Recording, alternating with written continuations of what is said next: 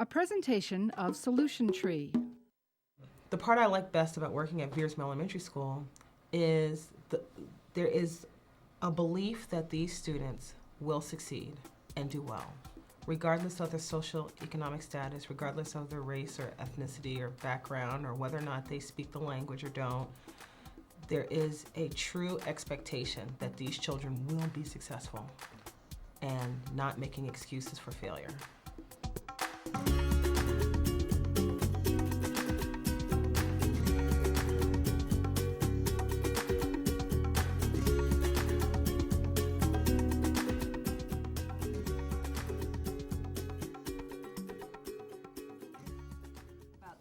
Because we're using released SOL questions. In a professional learning community, assessment data is used to target goals for improvement. The focus is on results.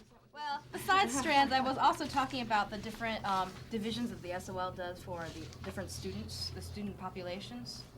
I think a primary difference between traditional approaches to schooling and the ideals of a professional learning community really are embedded in the idea of a results-driven culture. I think that the traditional approaches to schooling does not necessarily focus with a laser-like kind of intensity on the idea of looking at how are kids really doing.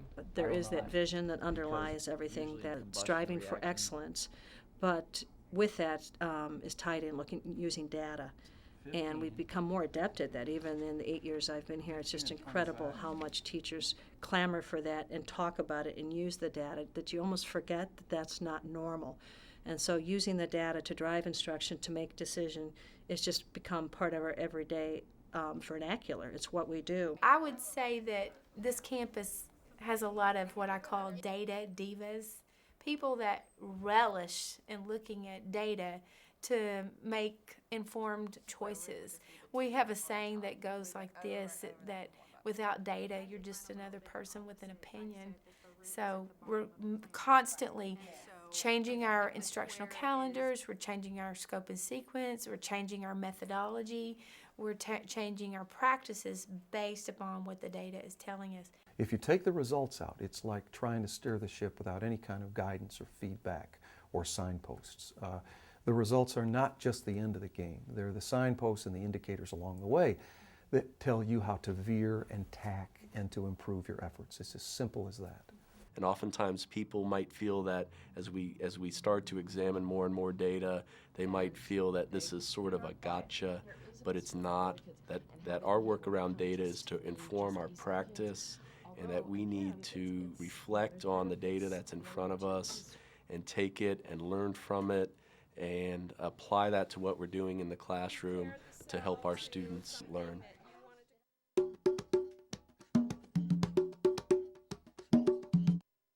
When it comes to school improvement, and one of the essential characteristics of being a professional learning community is continuous improvement, we very clearly define goals, learning goals, for every department, and then a couple of goals school-wide that all of us will work towards.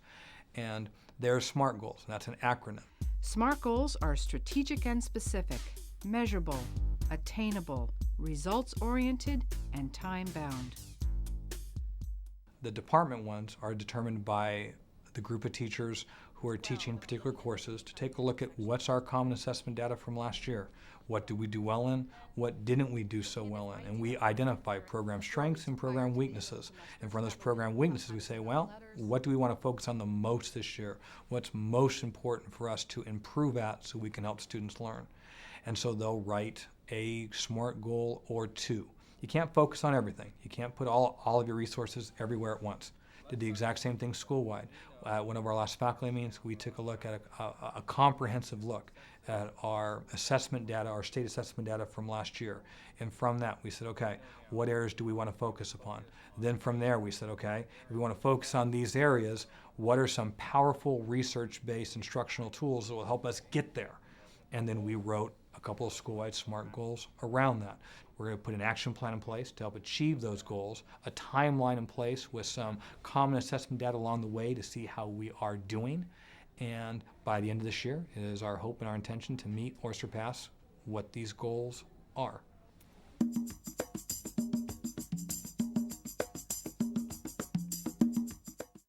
Our school-wide SMART goal is based on a writing goal, learning how to compare and contrast in writing.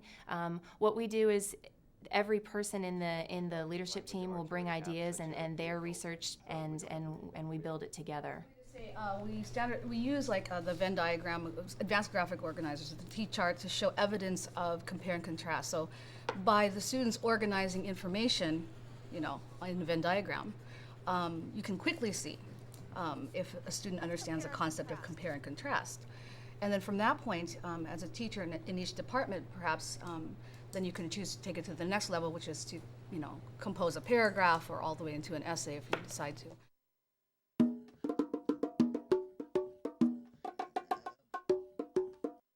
Very often we're asked, what's the single best strategy available to us for making progress as a professional learning community? And we've come to realize that the best lever you have available to you is to begin to engage collaborative teams in developing common formative assessments. You see, this question that a team, as they work together to answer how will we know if our students are learning, what evidence are we gathering, really requires them to back up and say, well, learn what? What is it we want them to learn? And as soon as they begin to gather the evidence, they're going to discover that some kids haven't learned. And so then their natural reaction is to begin saying, what do we do for the students who haven't learned?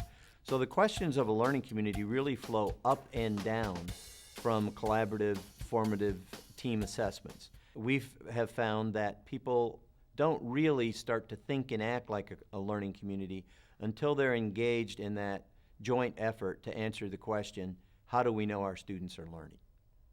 This team at Marshall High School is working on a common formative assessment for a class in world history. Maybe if we could first just take a look at the new questions I put in. So we're left now with only 3 questions that relate to imperialism. Is there a way that instead of asking question 72, asking a question that connects this idea of child labor to something that we have studied? Like, what is the connection between child labor and one of the things that we have studied in this one? Because isn't that the reason why we're using current events? How about if we try to draw where the kids have to start saying, okay, there's still child labor in Africa and India, but there's largely not in this country or England. Normally at the team meetings, we, as a World 2 team, first, at the beginning of the school year, we establish the content we're going to teach. We create a scope and sequence, and we all commit to doing that.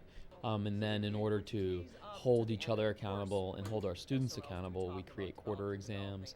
And you saw a little bit of that today, where we were analyzing our midterm exam together, and we create those questions, and we analyze the validity of those questions. We first started this process, we realized that people had difficulty getting their arms around how to be a professional learning community. And so we wanted to reduce it to kind of like some sort of systematic process. So what we did was a group of us kind of created this process, which really starts out with what you want students to know, how are you going to know if they know it, then what does the data reveal, and then what are you going to do if they don't know it. And that's a process, it's an ongoing process that loops it out. Being committed to student learning means carefully monitoring each student's proficiency on each essential skill. Our kind of approach has always been that if you teach every kid, that if you focus on every kid and go kid by kid by kid, it doesn't really matter their ethnicity or if they're special ed or if they're LEP. And you can see in some of our teams that special ed kids perform as well or better than their peers, that once you kind of go to this process, that you can really focus down, and through the remediation program, that you really can see the gap to a degree disappear. But you also have to be able to look at the larger aggregate, and you have to be able to kind of back out and see, are there gaps, and if there are gaps, where are they? So it's kind of working both ways. We allowed teachers to see what the average scores were on student performances by the average score on the test itself. And some teachers were saying, well, I'm not sure that that's as helpful as maybe something else would be. We can drill down even deeper to the student, and we can have the student's grade based on these individual strand areas. And so we can look at a student's score and not only their overall score on an assessment, but how they did in each particular strand on that assessment. At our meeting this morning, we were analyzing our first quarter data result. I thought one thing that was interesting when I looked at it is there were some kids that had ended up maybe getting like a 87 or something. And they were actually not proficient in a certain area. And so because I hadn't looked at their individual score in the categories, you know, you can think 87, that's good, they're getting everything, but maybe they would have had 97 if they had understood that one element to the material. This chart to me is fascinating because it does both those things. It shows us where our individual kids need to improve and then helps us diagram better where we could help our kids improve also, you know. So, and these are your maintenance objectives? Yes, ma'am. Each week at Vaughn Elementary School, Principal Lily Jesse visits grade level teams to review results for a specific subject area. Our pass rate was 95%, which each week there's a particular subject area that we focus on, whether it's science, social studies, math, reading, or writing. And during that time, we just go over our individual data, and then we go over our grade level pass rates. 100% pass rate. First time out, no retakes. Woo! All right. Good for you. That, of course, also.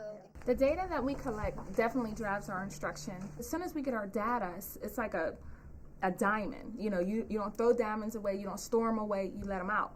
So you have this diamond in front of you, and you're like, oh my gosh, what am I going to do with this? You need to polish it. You need to polish your teaching. You need to polish your strategies. You need to go to your teammates. Maybe they have a different cloth to polish that same diamond. So that data that you receive, I mean, as soon as you get it, you have 100%, you know you need to go on. But if you have an 80%, which we feel is bare minimum, if you have an 80%, then you know you need to do some polishing. And we'll come into the classroom, we'll ask for Title I reading, Title I math, the librarian. We'll ask everyone possible, when they come to your class, can you make sure that you focus on, you know, famous Americans? They really didn't get this particular vocabulary in economics. They really didn't get this. So the data definitely drives our instruction. Then, at a quarterly data dinner, the grade level teams at Vaughn share their results with the entire staff.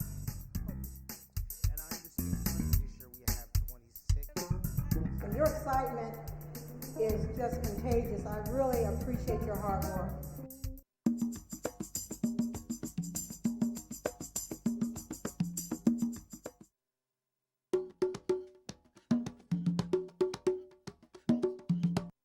One of the issues that people raise sometimes when they learn that learning communities are committed to continuous improvement is how do we sustain the initiative if there's never any real end to it, if we've never fully arrived?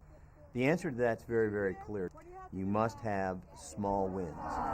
4 stars, and then you will get a brick. Small wins that are celebrated and recognized, that give people a sense of accomplishment, a sense of achievement, a sense that our efforts not only are working, but are being noted and appreciated. Planning for small wins is different from hoping for small wins. You can't just sit back and wait for something good to happen.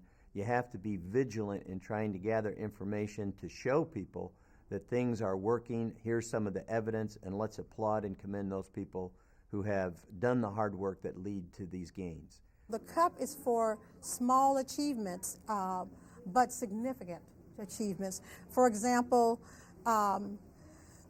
this young lady came to us, and we had to create a room that was so small in that kindergarten. She's in the small space. She was hired at the very last minute, and she had to adjust.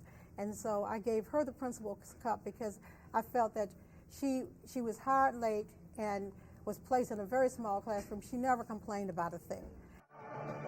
And that person is Miss Shirley Burch.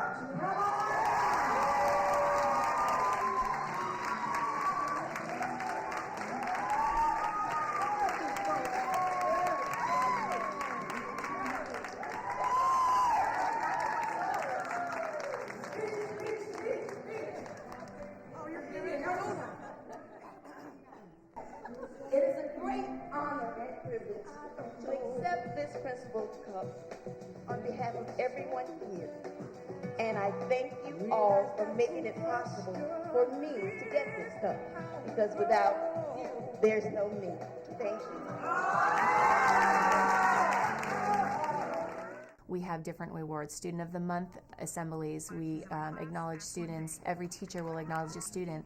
Most teachers pick students who have worked significantly and brought grades up. This is a young man who not only has gotten himself off of pyramid, but made such improvements that he's earning A's in my class. Congratulations, Justin. You have to let children know what you value through those celebrations. As in birthdays, you value that life. You value that they've grown a year. Well, the same thing with academics. You have to give children recognition. And lots of times, it's not just for major things. It's for little things. It's for recognition for improvement, recognition because you're a good citizen. And that tells the children, this is what we value here. This is what we believe is important to make it in life. And we have some elaborate celebrations. And the reason why we do that is because we feel that in the middle level, you have to be developmentally responsive to this age group. You know, just having punch and cookies for an honor roll party just does not cut it with a 13-year-old.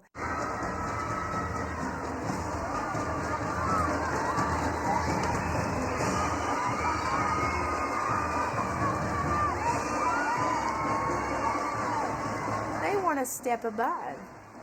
And so we plan these elaborate celebrations and invite the whole community, the mayor, the police chief, you know, the VFW force to come and celebrate what we value. And what we value is integrity, work ethic, good grades, improvement, pride awards, and most of all, we value teamwork, and we celebrate each other and the successes that we have for each other. To ride in to Western music, and the kids just didn't expect a horse to come through the doors, and when it did, they went wild, and I felt like a rock star at that point. But more than that, I felt like the kids were seeing that we'll go to great lengths to celebrate their accomplishments.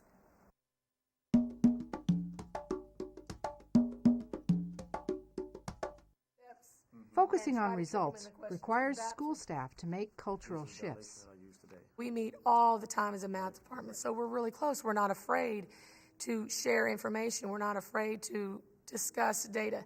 I was in a leadership meeting with another school, and they don't do a lot of these different activities, and they want to know, well, how would you overcome if someone didn't want to share? And I'm like, well, we don't have that problem. We all share because we're so used to meeting all the time. Even though it seems kind of scary that no matter what you do in your classroom, you're going to be showing that and sharing that with other people, really we have to be able to trust each other. And I kind of came into this team, and right away we really did trust that if I had 60% pass rate on something, there was going to be somebody that's going to help me to make that better. I think that it feels like sharing data might be something that you are a little apprehensive of doing, but I think it just does make you a better educator because I'm much more focused than I've ever been. I'm new to Virginia, but not new to standardized testing. So I always remember being a little nervous at the end of the year, a little scared about how are my students going to do, what's the performance going to be. There's not going to be any surprises for us. Sometimes there's an issue about, well, don't people burn out from working hard, and the learning community process sounds like hard work. What we've discovered is it's not hard work that causes burnout, it's negative work. And if people are engaged in something that they're passionate about, they're feeling a sense of success, they've got people to lean into and learn from in a collaborative culture, and they're seeing evidence of the results.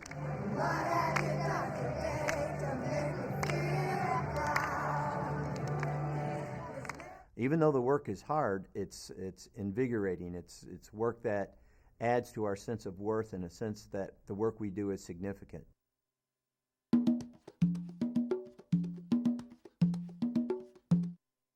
I know in our own personal work we have been greatly influenced by the importance of learning by doing as opposed to maybe trying to get all the answers first and then go out and do it. So we stress greatly the importance of just getting started and doing the work. Commitment follows the work.